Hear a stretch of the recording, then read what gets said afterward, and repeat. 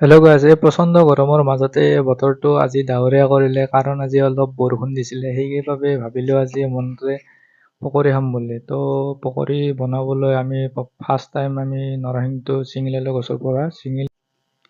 আৰু নৰসিংহটো অলপ কোমল হ'লে ভাল। তো মই কোমল কোমল চাই নৰসিংহ বাছি পিনে আনিছোঁ।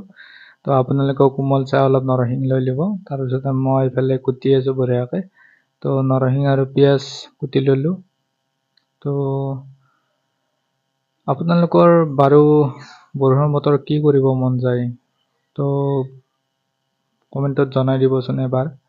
তো মোৰ পকৰি আৰু লাল চাহ খাবলৈ আজি মন গ'ল, সেইবাবে আজি পকৰি আৰু লাল চাহ নিজ হাতেৰে বনাই নিজে খাম বুলি তো ভাবিলোঁ। সেইবাবে এইফালে অলপ যিহেতুকে বেচন কম আছিল, আটা অলপ দি দিলোঁ। আটা দিয়া কাম চলে, প্লেনিংটো আগৰ পৰা নাছিলে, সেইবাবে প্লেনিং হিচাপে বস্তুখিনি নহ'ল। সেইবাবে মই অলপ আটা আৰু বেচন এইফালে বেচনটো দি দিলোঁ।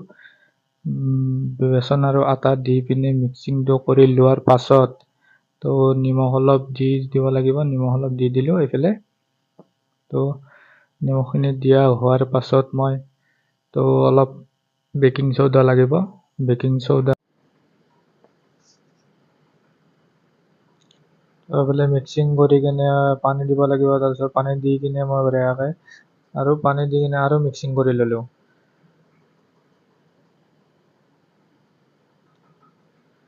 তো মিক্সিং হোৱাৰ পাছত এইফালে লাইটাৰটো দি গেছটো জ্বলাই ল'লোঁ, কাৰণ ময়ে বনাইছোঁ, ময়েতো গেছটো জ্বলাব লাগিব গাইজ।